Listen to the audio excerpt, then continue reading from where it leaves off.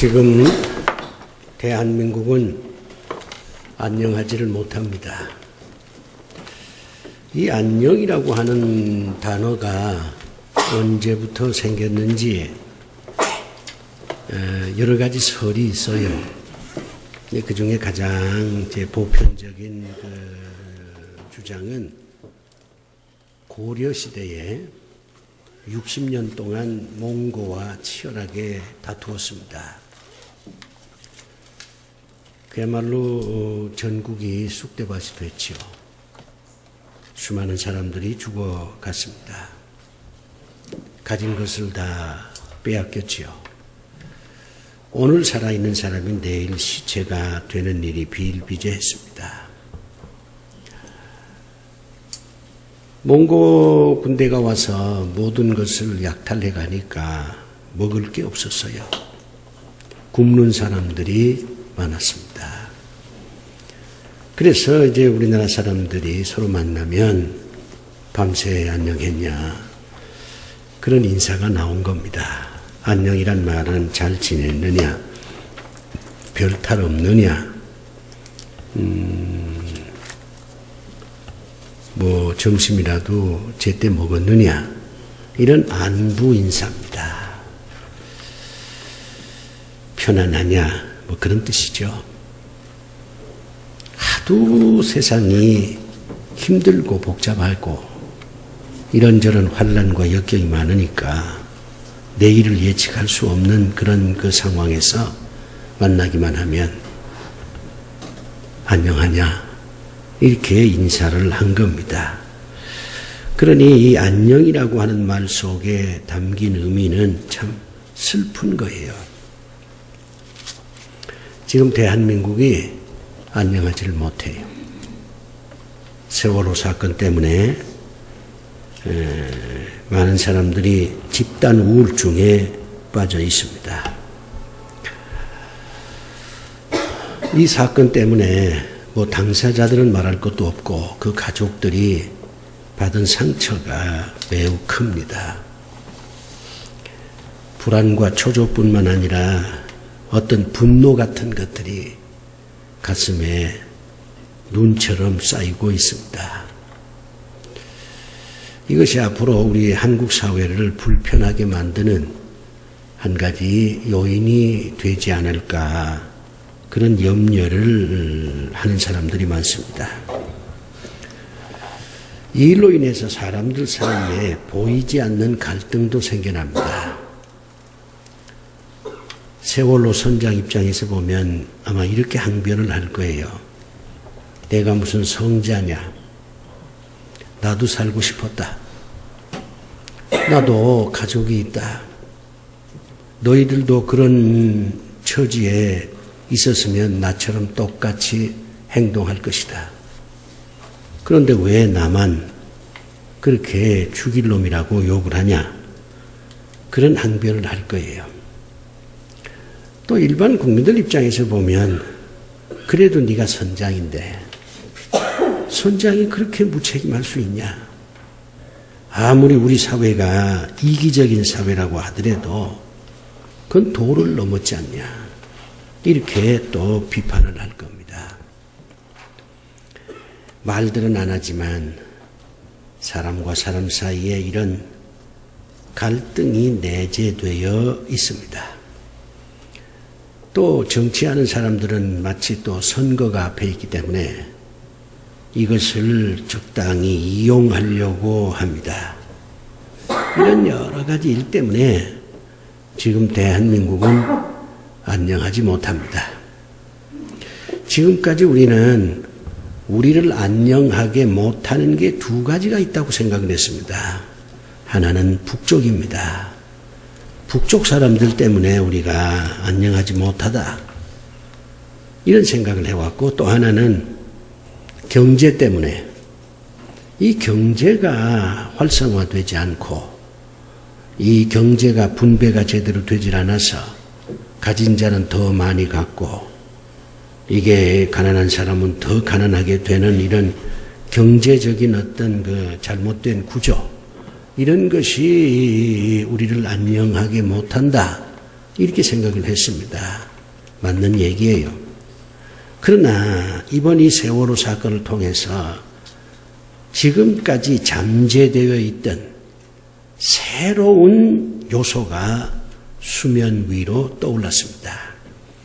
우리를 안녕하게 못하는 게 또 하나가 있구나 하는 것을 이번에 확인을 하게 된 겁니다. 그게 뭐냐면 우리 자신입니다. 우리 자신이 우리와 우리 이웃들을 안녕하게 못하게 만드는 주범이구나 하는 것을 이번에 우리가 확인을 하게 된 것입니다. 어떤 사람은 이것을 정부 탓이라고 돌리는데 저는 그렇게 보지 않습니다. 정부는 제도가 아니라 사람입니다. 공무원 사람이에요. 선장 사람이에요. 눈 감아주는 사람 사람이에요. 해경도 사람이에요. 그거 구경하는 사람도 사람이에요. 그걸 이용하는 사람도 사람이에요. 그걸 부풀리는 사람도 사람이에요. 결국 우리가 나와 내 주변에 있는 사람들을 안녕하게 못하는 주범이라고 하는 것을 우리는 이번에 깨닫게 된 것입니다. 이걸 인재라고 합니다. 인간 때문에 주어지는 재난이라는 거죠. 지금 우리나라에 장애인이 250만 정도 됩니다. 근데 이 250만 명 가운데 91% 정도가 이게 인재예요. 교통사고 아니면 무슨 이런저런 예기치 못했던 어떤 재난 때문에 이런 장애가 주어졌다 그 말이에요. 그러니 대한민국은 장애인들이 이렇게 많이 생겼는데 그 원인이 거의 인재라고 한다면 거기서 생기는 재난 때문에 이렇게 불편한 삶을 살게 됐다면 경제대국이라고 한강의 기적이라고 떠들어대는 우리 대한민국이 사실은 재난공화국이구나 하는 것을 이제 실감하게 됐습니다. 이건 누구 탓이 아니에요. 우리가 그렇게 재난을 만들면서 살아온 겁니다. 저는 이 세월호 사건을 통해서 참 많이 생각해 봤어요. 왜 이런 일들이 벌어지는가. 산풍 사건도 그렇고 여러 가지 이제 우리 주변에서 생기는 이런 재난이 왜 이렇게 생기는 건가. 나름대로 원인을 찾아봤어요. 그 첫 번째 원인이 뭐냐면 설마주의입니다. 설마 무너지겠느냐? 설마 배가 뒤집어지겠느냐? 이게 우리 한국 사람들의 사고예요. 두 번째는 근거 없는 낙관주의입니다. 잘 된다는 거죠. 우리가 사람을 만나서 위로할 때 쓰는 용어가 있어요. 괜찮아, 잘 될 거야. 조금만 참으면 다 잘 돼. 걱정하지 마라. 아무것도 아니야. 이런 얘기를 한단 말이에요. 이게 가만히 분석을 해보면요. 낙관주의적인 사고잖아요. 시간이 지나면 다 잘 된다는 건데 근거가 없어요. 예를 들어서 우리가 어떤 사람을 위로하고 격려할 때 당신 건강하잖아. 당신 그래도 자격증이 5개나 있잖아. 그리고 주변에 말이야, 부모도 있고 친구들도 있잖아. 당신은 얼마든지 다시 일어날 수 있어. 재기할 수 있어. 힘을 내. 이렇게 얘기를 하면은 근거를 먼저 대고 그 다음에 낙관적인 얘기를 하는 거잖아요. 근거 있는 낙관주의가 건강한 낙관주의입니다. 근데 우리 근거 없이 얘기하는 거예요. 그냥 잘 된다는 거예요.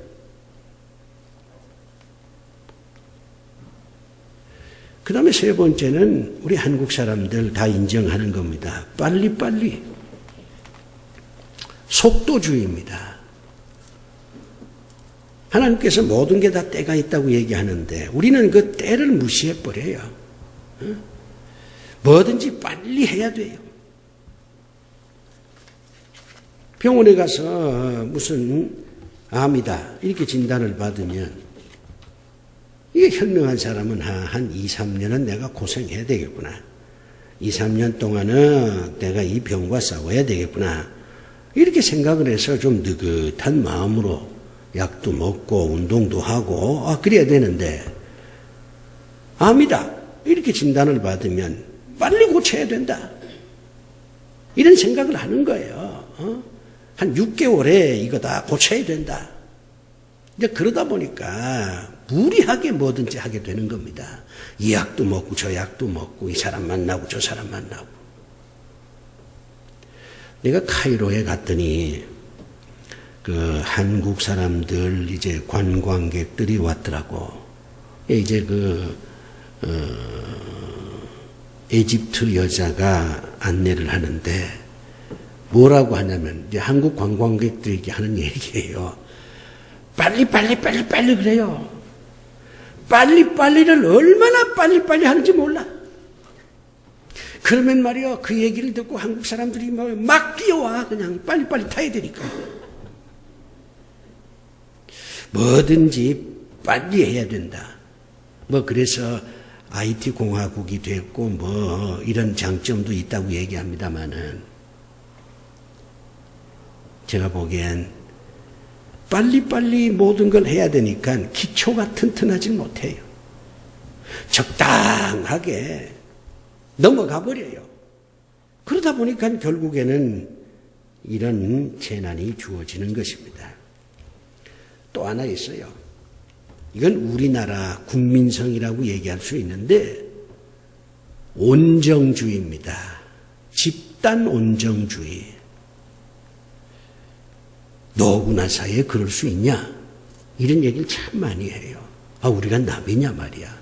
그동안 만나서 술도 먹고 말이야, 밥도 먹고 말이야. 그렇게 가까이 지냈는데 이 정도 좀 눈 감아주면 안 되냐? 이런 식이에요. 그러니 배가 출항을 할 때 뭘 서류를 가져오면 현장에 가서 확인을 해야 되잖아요. 그런데 이 온정주의 때문에 확인을 안 해요. 못해. 서류 하나 딱 갖다 주고 도장 찍어줘. 우리 빨리 출항을 해야 돼. 그러면 물었을 거 아니에요. 그 지문 제대로 실어서 단단히 묶어서 이렇게 물었을 거 아니에요. 그럼 다 했지. 내가 보기엔 좀 과적한 것 같은데 지금까지 별일 없었어. 그리고 당신하고 나 사이에 말이야. 이 정도는 봐줘야 될 거 아니야. 이런 식으로 생각을 하고 빨리 좀 도장이나 찍어줘. 그런단 말이요. 그럼 도장 찍어주는 거예요. 규범이나 원칙보다는 온정주의가 판을 치는 겁니다. 옛날에 남구만이라는 사람이 있었어요. 영의정한 사람인데 아주 인품이 좋았어요. 근데 잔치가 이제 있어서 부모 무슨 진갑인지 회갑인지 잔치가 있었는데 본래 이분이 그 덕망이 있으니까 손님들이 많이 온 거예요. 이제 천막이 모자란 거야. 천막 치고 이제 그 안에 손님들을 모셨는데 너무 손님들이 많이 오니까 천막이 모자라서 하인이 이 남구만 영의정한테 이거 손님이 많아가지고 이게 천막이 모자랍니다. 어떡하죠? 그래? 걱정할 거 없어. 그리고는 관청에 가서 당신이 영의정이니까 요즘 말로 하면 국무총리거든요. 왕궁에서 행사할 때 쓰는 천막 몇 개를 좀 달라고. 그랬더니 그 말단 사원이 아무리 영의정이시지만 이거는 왕궁에서 행사할 때 쓰는 천막인데 이걸 어떻게 임금의 허락도 없이 제가 빌려드릴 수 있겠습니까? 그렇게 얘기했더니 며칠 쓸 것도 아닌데 내가 영의정이야. 그러니까 잔소리 하지 말고, 지금 손님들이 많이 오는데 말이야. 내놔. 그러니 이 말단 사원이 말이요. 직원이, 공무원이 말이요. 영의정 국무총리가 달라고 그러니까 방법이 없어요. 그래서 천막을 내줬어요. 나중에 이게 화근이 됐어요. 젊은 관료들이 아무리 영의정이지만 말이야. 자기 개인 지배 행사를 하는데 왕이 사용하는 천막을 써서 그것도 말이지 임금의 때 허락도 없이 말이야. 공과 사를 구별하지 못한다고. 남구만을 탄핵했어요. 그래서 영의정 자리를 내놨습니다. 옛날엔 그런 기백들이 있었어. 근데 지금은 전부 온정주의야. 너하고 나 사이인데 아무도 보는 사람이 없는데 좀 해주면 안 되냐? 지금까지 별 탈도 없었는데 이런 행태가 쌓이고 쌓이다 보니까 이런 일들이 벌어지는 거예요. 사람들이 지금 불안해서 뭘 못하겠다 그렇게 얘기하는 사람 많아요. 버스도 사고 나지, 지하철도 사고 나지, 배도 사고 나지, 비행기도 사고 나지. 우리나라 건물도 상당히 취약점이 많습니다. 지진이 한번 제대로 나면요 거의 80% 건물은 쓰러집니다. 학교 아이들 공부하는 그 교실이요 내진 설계가 전혀 안 돼 있어요. 그야말로 지금 대한민국 국민들은 지뢰밭을 지금 걸어가고 있는 겁니다. 언제 무슨 일을 당할지 몰라요. 그러지 않아도 인생살이가 힘든데 이런 것들이 우리에게 주어지니까 이제는 이게 참 불안한 거예요. 이런 때를 맞이해서 우리가 어떻게 살아야 되느냐. 이게 대단히 중요한 화두입니다. 어떻게 살아야죠? 비행기 타면서도 걱정스럽고 배를 타면서도 걱정스럽고 버스 타고 어딜 가면서도 걱정스럽고 어느 건물에 가서 차 마시면서도 혹시 이것도 무너지는 거 아니야? 이런 생각을 하면서 커피를 마셔야 되니 에? 이걸 어찌 해야 되느냐 그 말이에요.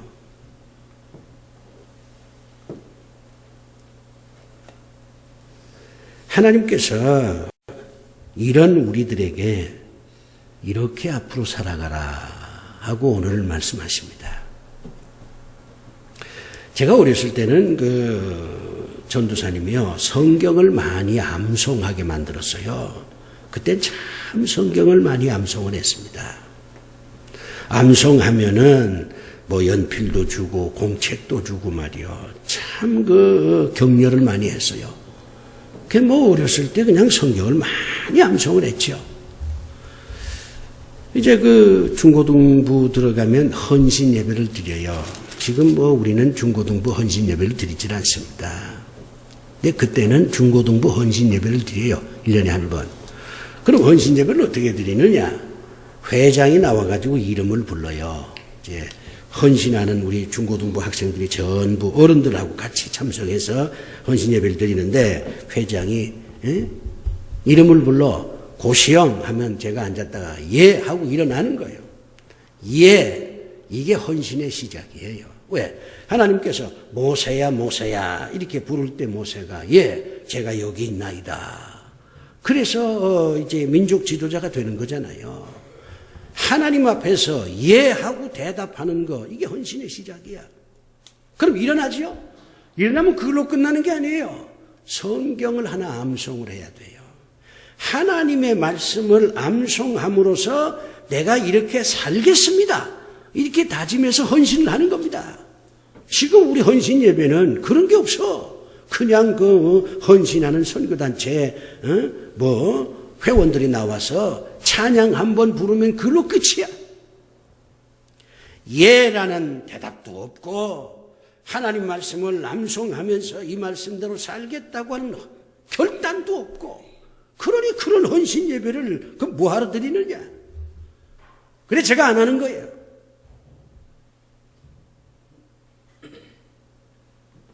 재직 헌신 예배 그거 그저 1년에 딱 한 번 드리고 난 다음엔 안 하는 거예요. 그런 형식이 소용없다고 저는 생각을 하기 때문이죠. 우리 때는 그랬어요. 근데 제가 성경을 많이 외웠는데 이제 세월이 흐르면서 다 어렴풋이 사라지고 지금까지 이제 내 머릿속에 남아있는 게 이 시편 23편입니다. 내가 이 말씀을 통해서 크게 은혜 받은 경험이 있어요. 몸이 좀 불편해서 아산병원에 갔더니 뭐 이렇게 저렇게 의사가 뭐 고개를 갸우뚱거리더니만은 좀 검사를 좀 해봅시다 그래요. 그래서 뭐 이런저런 검사를 하고 일주일 후에 오라는 겁니다. 일주일 후에 이제 그 의사 만나러 갔지요. 근데 상당히 불안한 거예요. 죽는 건 관계없습니다. 전 죽음은 두렵지 않습니다.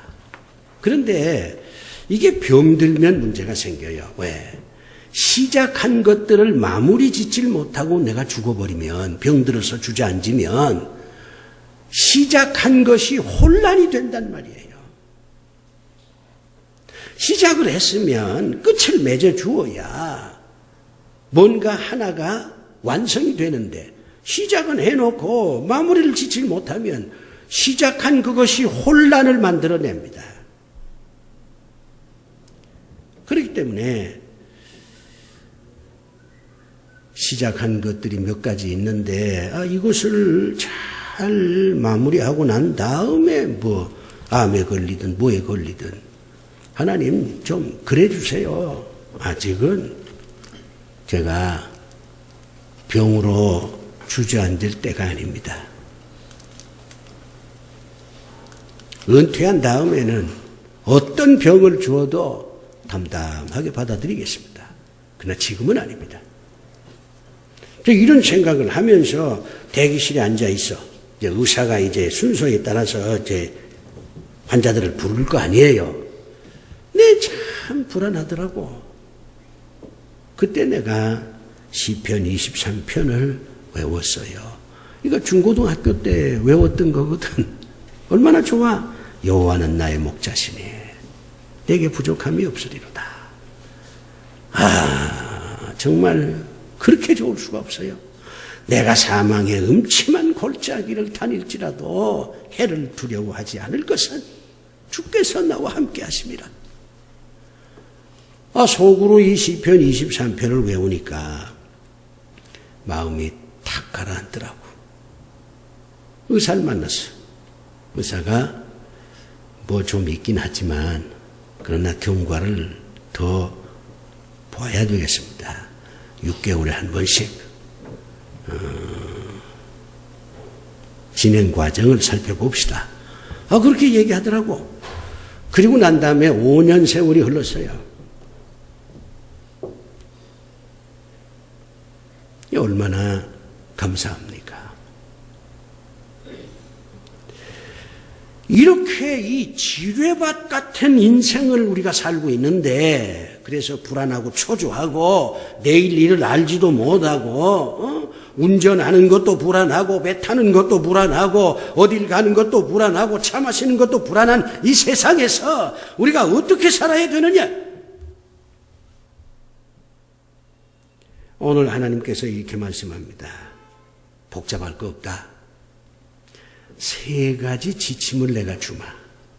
이 3가지 지침만 잘 염두에 두면 지뢰밭 같은 이 인생 잘 위기를 극복해서 푸른 초장에서 편안히 쉴 날이 올 것이다. 그렇게 하나님께서 말씀을 합니다. 그 하나님께서 가르쳐주는 3가지 지침이 뭘까요? 오늘 본문에 보면 첫째가 원칙주의입니다. 원칙을 지켜야 돼요. 신명기를 보면 모세가 이렇게 말합니다. 너희들이 행복하게 살길 원하냐? 너희들 자녀가 잘 되길 원하느냐? 건강하게 살길 원하느냐? 그러면 원칙을 지켜. 내가 정한 규례와 율법, 그걸 지켜. 그러면은 너희들은 행복한 삶을 살 수가 있어. 그렇게 하나님께서 모세를 통해서 수십 번, 수백 번을 가르쳐요. 하나님께서 정한 원칙을 우리가 모조리 다 지킬 수는 없을 거예요. 그러나 중요한 원칙은 지켜야 됩니다. 보세요. 우리가 운전을 할 때 4차선,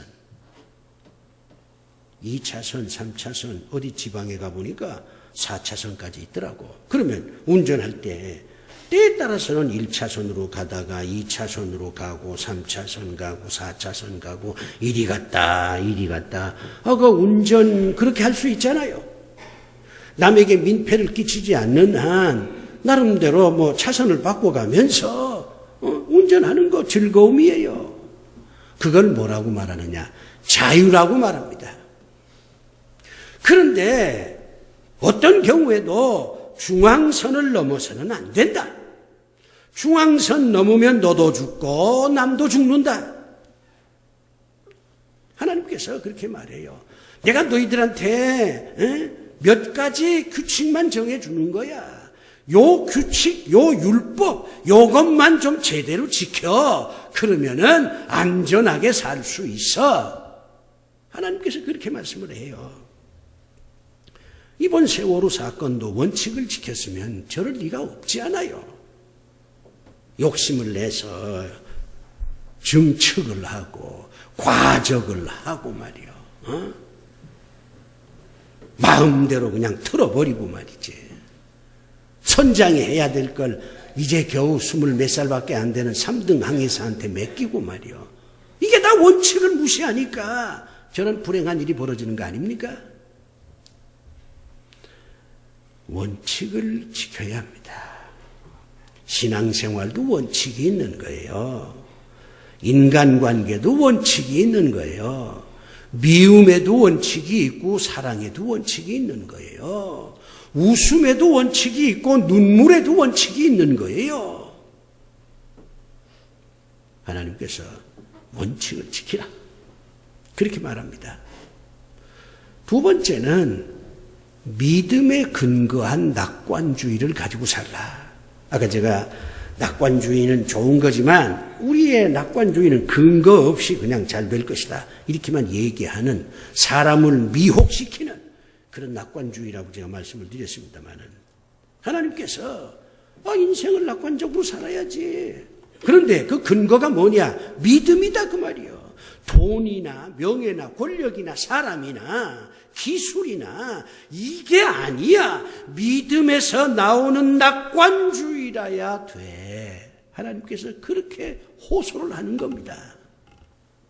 여러분이 자식들한테 호소해 본 적 있어요? 사랑하기 때문에 호소하는 거예요. 명령으로 안 통하니까 나중에는 호소를 하는 거야. 부모는 명령하는 존재입니다. 그런데 명령 가지고 자식들이 안 되니까 할 수 없이 부모라는 죄 때문에 부모가 자식들한테 호소를 하는 거예요. 지금 하나님이 그리하고 계십니다. 우리한테 호소를 하는 거야. 믿음에 근거한 낙관주의를 가지고 살아야 된다. 오늘 본문에 그런 말 많이 있잖아요. 여호와는 나의 목자다.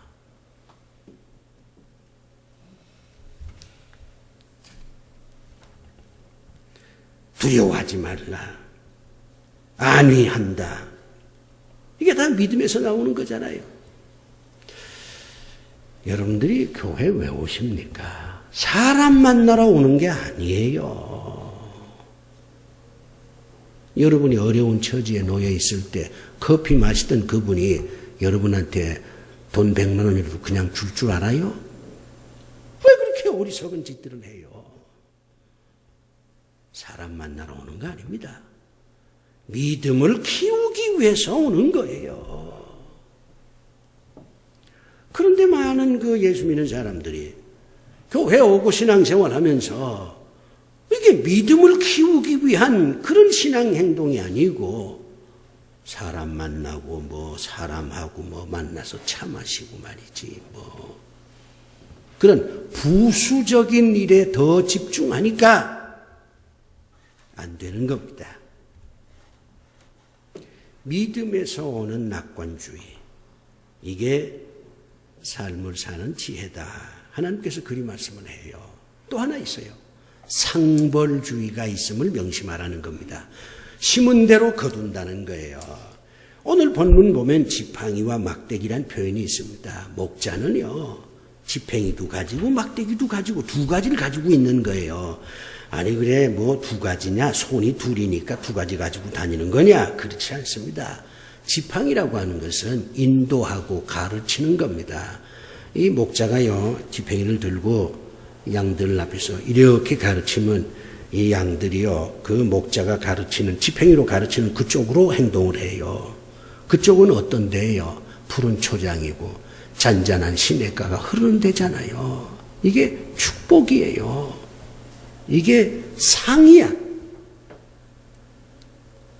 그런데 막대기는 뭐에다 쓰느냐? 막대기는요, 이 양들이 이게 목자가 가르치는 곳으로 가지 않고 엉뚱한 데로 가면 이 막대기를 가지고 때리는 거예요. 글로 가면 죽어. 거기 가지 마라. 이게 막대기입니다. 이게 벌입니다. 신명기의 모든 내용은 상과 벌이에요. 축복과 저주라고요. 이렇게 하면 복을 받고 저렇게 하면 너는 저주를 받으리라. 이게 신명기의 원칙입니다.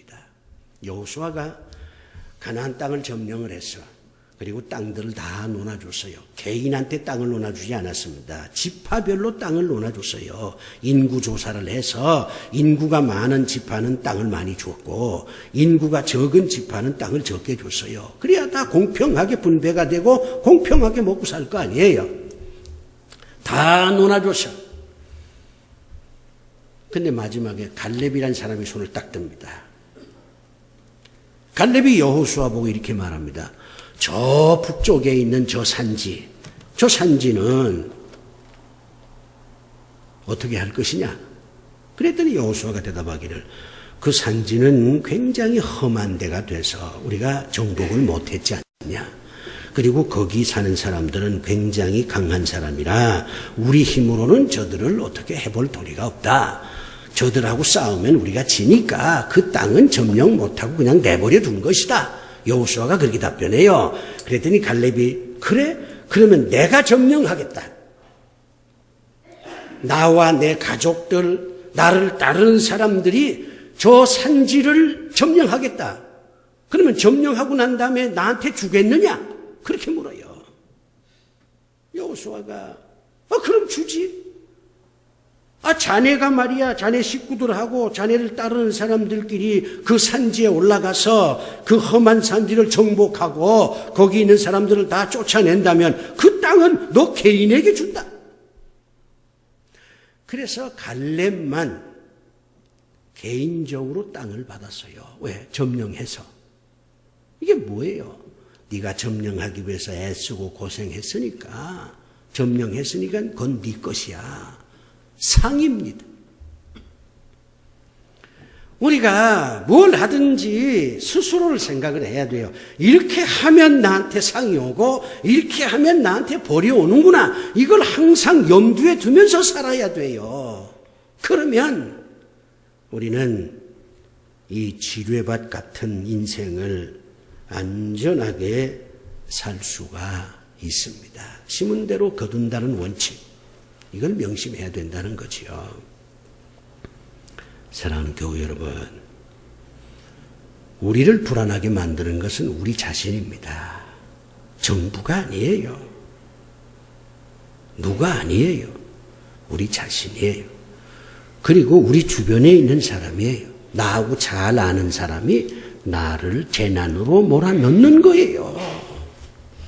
그러니까 하나님 말씀대로 원칙을 지키고 믿음에서 오는 낙관주의를 갖고 그리고 내 행동에 내가 책임져야 된다 하는 것을 명심하면서 살면 지뢰밭 같은 이 인생을 우리는 능히